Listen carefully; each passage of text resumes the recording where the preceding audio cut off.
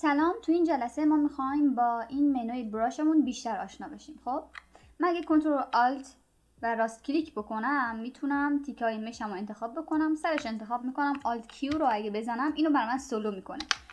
بعد میکشم جلو تو این لایه‌ای که فعلا با دیفالت نرم افزار وا میشه و هستش. گفتم چی؟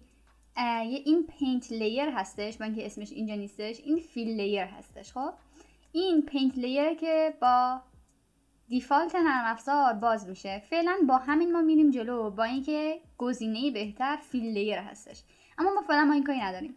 میایم با همینی که هست انتخابش که میکنم، میام یه متریال انتخاب میکنم. گفتم این متریال ها چه متریال هایی هستن؟ متریال هایی هستن که از سابستنس دیزاینر اومدن بیرون. یعنی نگاه کنید، متریال ساده نیستش، این خودش داره از یک متریال پیشرفته دیگه ساخته شده که به من چوب رو نشون بده. حالا این استایلایزد بودش، چوب سبکی بودش، چوب واقع گرایانه نبود. مثلا چوب واقع گرایانه اگه میخوایم مثلا این یکی رو انتخاب میکنیم، نگاه کنید، ثبت میکنیم تا نرم افزار بخوندش. این الان چوب واقع گرایانه است. اینا متریال هایی هستش که توی سابستنس دیزاینر ساخته شده. اینطوری نیستش که من اول بیام رنگش رو انتخاب کنم، بعد متالش رو انتخاب کنم، بعد رافنسش رو بریزم. اینجوری نیستش. خب این فیل لیر من اگر این خاموش باشه و همین در حالت عادی متریالش اینجا انتخاب شده باشه، اینجاست که مثلا من میام انتخاب میکنم رنگم متال داشته باشه، رافنس داشته باشه، چقدر از هرچی داشته باشه، در صورتی که این یک متریال خالص خودش هست. خب هم میشه اینجوری انتخابش کرد. بیام راست کلیک کنم، هم میتونم بیارم اینطوری بندازم روش کلشو بگیره، هم میتونم بیام باش رنگ بزنم. خب وقتی راست کلیک میکنم میتونم بیام باش رنگ بزنم، اینجوری انتخابش کنم، یا من این دوتا رو پاک میکنم، یا بیام اینجا توی اینم خاموشش میکنم، میگم که حالت عادیش. خب یا میتونم بیام اینجا دو بار روش کلیک کنم انتخاب شه، یا اینو بیام بندازم توی منوی متریالم. خب وقتی که چی توی لایم پینت لیر هستش، اینطوریه که میتونم باهاش بکشم. خب میتونم الان قلم بزنم با این رنگم، با این متریالم. حالا یا میتونم یه چیز دیگه انتخاب کنم، بیام اینجا اینو انتخاب کنم. این یکی هستش ماربل هستش،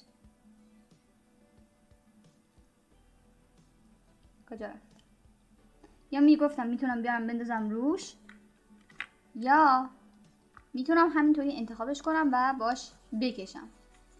حالا این چون وقتی میکشه خود متریال رو ما خوب نمیبینیم، من اینو پاکش میکنم، با حالت عادی یه متریال عادی میسازم، مثلا صورتی باشه، بعد مثلا متالیکش بالا باشه، رافنسش پایین باشه. اینجا داره به من نشون میده که چه شکلی در بیاد. نورمالش رو نمیخوام، هایت میخوام، میام اینجا یا از اینجا انتخاب میکنم. وقتی میزنم رو هایت کسی به من تکسچر میده دیگه. ها یا میام این تیکه، مثلا اینکه براش همون هستش تکسچر، مثلا این تکسچر انتخاب کنم بندازم روی هایت. وقتی میکشم نگاه کنید چه شکلی میشه. فعلا من نمیخوام تکسچر داشته باشه. چرا؟ چون این حالت رو بهتر با خود براش میتونم در بیارم. حالا فعلا صبر کنید الان بهتون میگم منظورم چیه. هایتمو یه خورده میارم بالا که وقتی هر قلمی که میزنم این قلمن یه خورده بکشدش بالا، بهش ارتفاع بده. خب بعدن که من این مپ ها رو نگاه کنید دارم روی هایت میکشم دیگه، نورمالم هم خاموش کردم.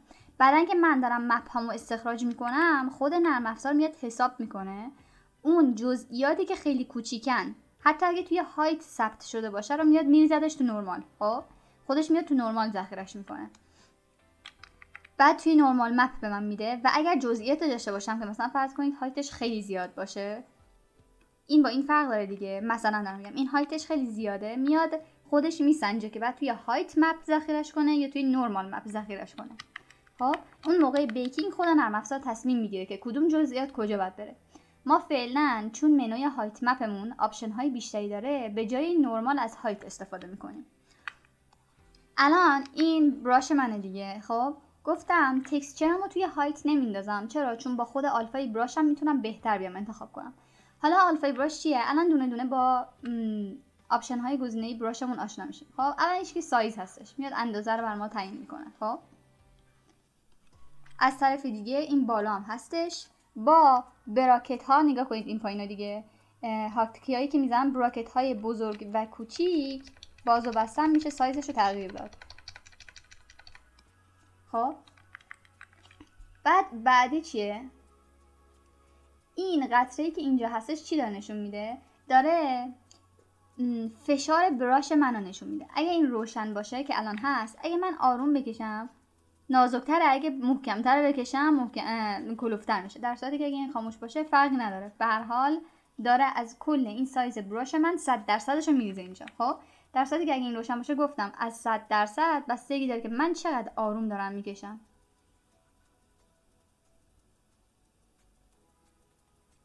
با توجه به فشار قلم من میاد اندازه رو کم و زیاد میکنه. خب بعدی هستش فلو. این فلو رو که میبینید بذارید نگاه کنید، داره میگه که اگه این قلمت هستش چند درصد از رنگش بیاد بیرون. خب مثلا داره فرض میکنه که این چیز من واقعیه. فرض کنید شما یه اسپری پینت خریدید، این فلو داره تعیین میکنه که چقدر هر بار که میکشید این اسپری پینتتون از توش بیاد بیرون. قضیه فلو اینه. خب ولی اوپاسیتی هم شبیه فلو میمونه اما منطقش فرق داره. داره میگه که من اصلا به این کاری ندارم که چقدر داره از براش میاد بیرون، چقدر از براش هر چقدر اومد بیرون رو نشون بدم. اوپاسیتی قضیهش اینه. داره میگه چقدر از براش رو نشونش بدم. نگاه کنید تأثیراتشون هم با اینکه شبیه به همن اما کامل یکی نیست. مثلا این 50% اینه. خب برش میگردم بالا، فلو رو میارم روی 50، اینم 50% اینه. ببینید با هم دیگه فرق دارن. خب بعد این اگر قطره این بغل فلو هم روشن باشه دقیقا همون کاری که سایز میکنه انجام میده. این مینیمومی که هم توی سایز هستش هم توی فلو هستش داره میگه که کمترین فشار ممکن رو برابر با چی قرارش بدم. الان مینیموم سایز هستش 5، مینیموم فلو هم هستش 5. میگه اگه من خیلی خیلی خیلی خیلی کم فشار بدم، کمترین چیزی که میگیره برابر با چیه؟ مینیموم رو چی قرار بدم؟ داره میگه 5. خب این قضیه مینیموم اینه. وقتی هم روشن میشه که قطره ها روشن باشن. خب پس این به پرشرمون بستگی داره، به فشارمون روی قلممون روی این تبلتمون بستگی داره. پس اوپاسیتی هم گفتیم. برمیگردم فلومو میارم بالا. خب این اسپیسینگ داریم. قضیه اسپیسینگ چیه؟ مثل زیبراش بودش که یه براشی بود که نقطه نقطه نقطه بود. این داره میگه که منم از نقاط پشت سر هم تشکیل شدم. خب اینم جایی هستش که میتونید شما قلمتون رو بکشید و تست کنید که تنظیمات براشتون به چه شکل هستش. خب همونجوری که ما اینجا متریالمون رو میتونیم پریویو کنیم، اینجا هم میتونیم براشمون رو پریویو کنیم اگه بکشیم روش.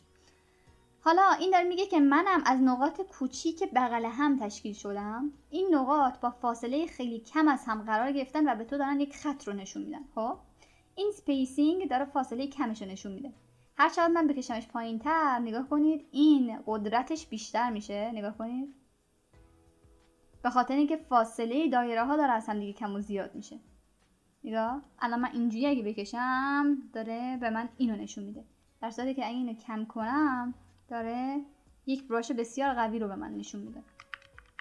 حالا کنترل زی میزنم میرم عقب، سپیسینگ هم یه خورده میارم بالا. توی همین 21 کافی بود. این انگل خب زاویه هستش دیگه. زاویه چیه؟ زاویه این آلفامه.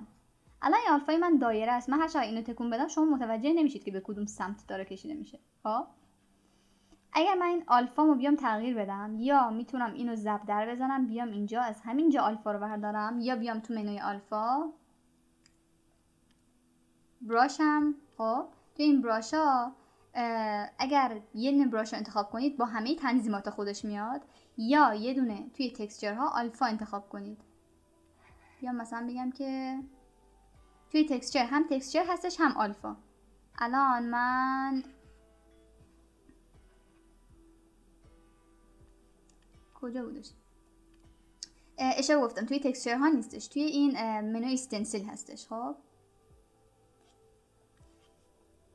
استنسیل یا آلفا. استنسیل رو بعداً باهاش آشنا میشیم. خب توی این منو میتونم یکی رو انتخاب کنم. درسته این تکسچر هم میتونید بندازید، یعنی خیلی هم اشتباه نیست. نگاه کنید تکسچر هم من میتونم توی آلفا بندازم. به هر حال چون یک منوی سیاه سفیده، خب یک عکس سیاه سفیده، اما کل این نگاه کنید توی هر یه دونه از اینایی که کشیده کل این عکس هستش. برای همینه که از تکسچر استفاده نمی‌کنیم. خب تکسچر جاهای دیگه استفاده میشه. توی براش معمولا ما تکسچرمون رو توی براشمون نمیندازیم. ما معمولا برای اینکه براشمون تکسچر داشته باشه، خب از این عکس ها استفاده نمی‌کنیم. اصلا این آلفا هامون استفاده می‌کنیم، براشمون تکسچر میگیره. خب این آلفامون بود، پس اینم تکسچرمون بود. میایم توی براشمون، این تیکه‌ای که یه تکسچر انداختم جای آلفام و می‌دارم مثلا یه چیزی که معلوم باشه، اینو میندازم. آلفا ببینید میگم که همشون چون سیاه سفیدن، این منوی کار دیگه میکنه. بندازیدش توی آلفا، چون همشون ورودیشون سیاه سفیده، میشه مثلا تکسچر و آلفا رو توی جاهای دیگه استفاده کرد. خب این الان یا این یکی رو خواستم دیگه، یکی رو میندازم توی منوی آلفام، برمیگردم بالا.